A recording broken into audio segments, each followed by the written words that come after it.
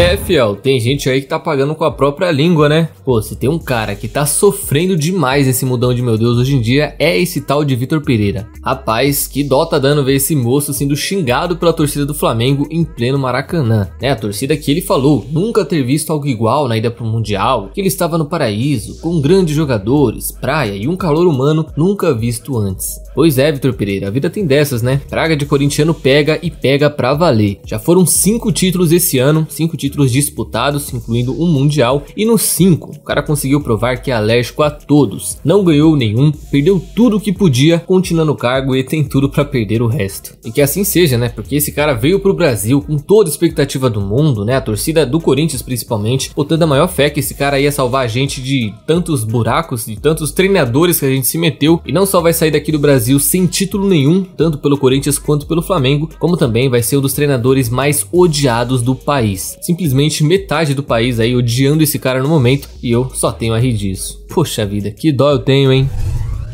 E uma nova pesquisa referente a tamanho de torcidas aqui no Brasil foi feita nessa semana, apontando que o Corinthians não só tem os maiores fiéis do estado, como também tem mais torcida que Palmeiras e São Paulo juntos. Feita pela CNN Sports em parceria com a Itatiaia e a Quest, a pesquisa aponta que o Timão possui 18% dos torcedores aqui no Brasil, ficando atrás apenas do Flamengo com 24% e à frente de Palmeiras e São Paulo com 9% e 8%. Foram entrevistados ao todo 6.507 pessoas em 325 cidades do Brasil durante a semana retrasada. Então, como eu falei aqui, fiel, temos aí não só a confirmação que somos a maior torcida, a maior abrangente do estado, como também muito maior, mas muito maior mesmo que Palmeiras e São Paulo juntos. Por isso, eu concordo quando dizem que era pro Corinthians estar pau a pau com o Flamengo hoje em dia. Pô, com o poder de consumo que esse time tem, a fidelidade também, que diga-se de passagem, é muito maior que a do Flamengo, na teoria faria o Corinthians ser um dos maiores do Brasil tranquilamente. Mas por más pessoas, né, por causa de pessoas sem capacidade adequada para cuidar de um time desse tamanho, foram poucas as vezes que isso se tornou realidade. Enfim, somos enormes e temos tudo para crescer mais ainda.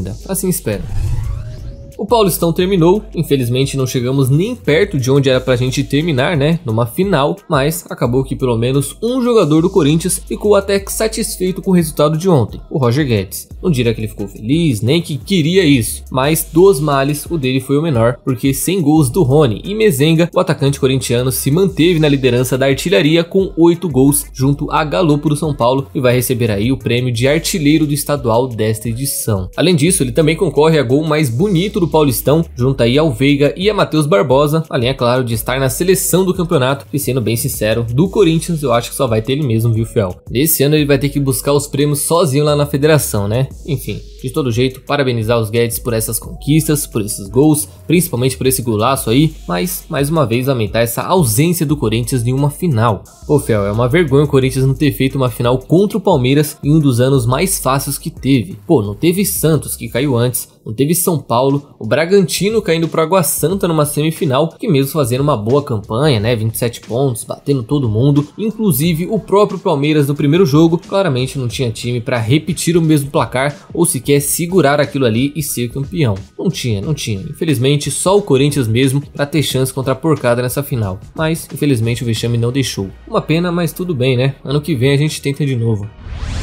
A Copa do Brasil vai recomeçar para o Corinthians nesta quarta-feira pela terceira fase contra o Remo, que até parecia ser uma boa no começo, né? Parecia ser um adversário tranquilo, mas depois que eu fui procurar melhor e olhar os números ali desse time, confesso que deu uma tremidinha, viu, fiel? Até ontem era 7 vitórias em 7 jogos no estadual e uma eliminação para o Paysandu recentemente na Copa Verde. Mas, para nossa sorte, o Corinthians ganhou e ganhou bem o seu último jogo contra o Liverpool, 3-0, tranquilo, tá com confiança e com mais moral ainda, enquanto o Remo perdeu o Repá ontem, né, o clássico contra o Paysandu por 1-0. Então, pelo menos com a moral, a gente chega melhor. Mas vocês sabem também que a gente perdeu o Renato, né? Talvez a maior engrenagem desse time e que certamente vai fazer muita falta. Pois bem, segundo informações, para corrigir isso, ou pelo menos tentar, o Lázaro estaria pensando em voltar com o Adson pro time e colocar ele para fazer essa dupla com o Juliano na frente. 2 meias, 2 volantes, com funções parecidas, sem tanto destaque para um e para outro, e por enquanto vão tentando levar assim mesmo. Até se cogitou internamente, o Paulinho para essa posição, deixando ele quase como um segundo atacante lá na frente e recuando um pouquinho mais o Juliano. Mas para esse primeiro jogo lá no Pará, o Lázaro preferiu não se arriscar tanto, principalmente se tratando de um jogo fora de casa contra um time que é muito forte. Então é isso, quarta-feira deveremos ter Cássio, Fagner, Bruno Mendes, Gil e Bidu,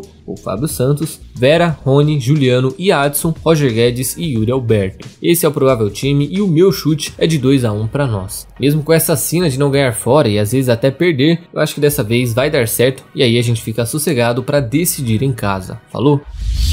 Com a janela aberta até o dia 20 desse mês, foi prorrogado pela FIFA por mais 10 dias, a diretoria do Corinthians não se preocupa em contratar reforços, está satisfeita com o que tem, mas fica de olho nos assédios que vem sofrendo por seus jogadores, como por exemplo esses pelo zagueiro Bruno Mendes, que segue com seu contrato atual, empresário não descartando uma saída para o Inter, e como ele também não é daqui, não é um cara que a diretoria tem uma certa amizade, ele poderia muito bem se adiantar com outras equipes e fechar com elas ainda esse ano, como por exemplo o Flamengo, que ontem perdeu o título para o Fluminense e tem duas escolhas no momento, pelo menos na minha visão: bancar esse treinadorzinho e trazer mais um zagueiro para reforçar o time, ou pagar uma multa de 15 milhões de reais e aí se planejar de outras maneiras. Mas, por enquanto, há informações de que o Flamengo está mesmo de olho na situação do uruguaio e cogita conversar com seu empresário pela última vez para quem sabe finalizar o acordo. Afinal, o Bruno Mendes não só seria uma peça de confiança para esse português, como também um potencial financeiro nos próximos